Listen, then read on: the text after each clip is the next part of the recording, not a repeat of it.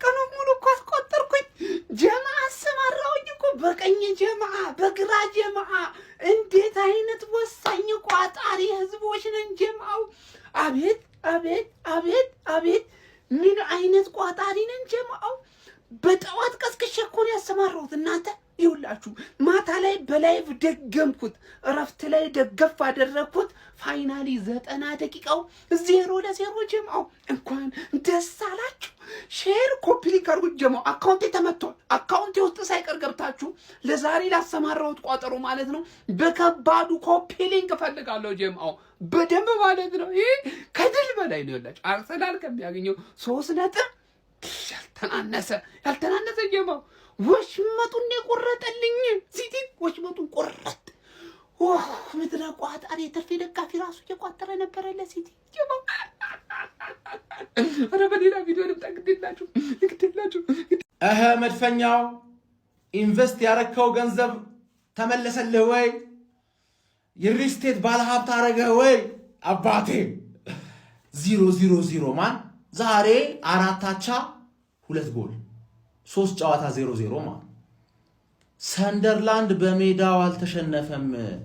እኔ አቻ ሶጣ ከሰንደርላንድ ጋር ሜንታሊቲ ምናምን ማን ሲቲ ማሸነፍ ሲያቅተው ሰንደርላንድ አሁን እርግጠኛ ነኝ ሰንደርላንድን ታደንቃላችሁ፣ ላታደንቁም ትችላላችሁ።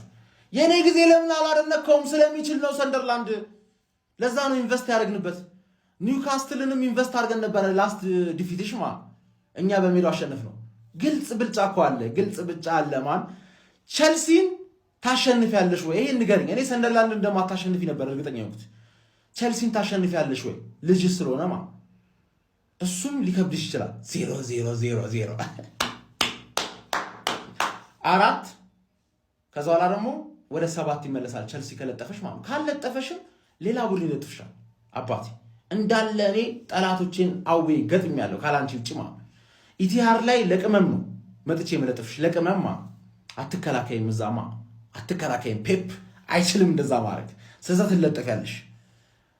ልትለጠፊ ነው ኢቲሃር ላይ ዝም ብዬ ለቅመም። ከዛ በፊት ነው በ10 ነጥብ በልጥሽ። ጃንዋሪ አንቺ ወር አይሆንም። ከሞን ገነርስ ለማን ነው ሻውን አቤት የሚባለው? ምንድነው የምናየው? አርሰናሎች ምንድነው በሰንደርላንድ ማሊያ ገብተው መጫወት ጀመሩ እንዴ? ዴኒስ የሚባለው ተከላካይማ ሃላንድን ዛሬ በቃ ቤት ድረስ አብሮት ሊሄድ ነው ወይስ እዛው ሊያደር ነው? አልፈታ አለው እኮ ማን? እኔ ፈራው። የምር ከባድ ቋጠሮ ነው የተቋጠረ ያለው። አልገባኝም።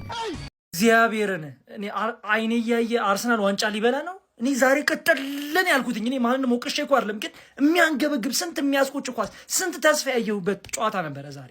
ስንት ነገር ጠብቄ ነበር። እግዚአብሔር ምን አይነት የተረገመ ቡድን ቢሆን ነው ግን ይሄ ሁሉንም ቲም እንደዚህ እንኳን ለኛ እንኳን እኮ ስንት ተስፋ አይቼ ፔፕ ግን ማለት ነው አንድ ስታንዳርድ የሆነ ፎርሜሽን ሊኖረው ይገባል። አንድ ጥያቄ አለኝ።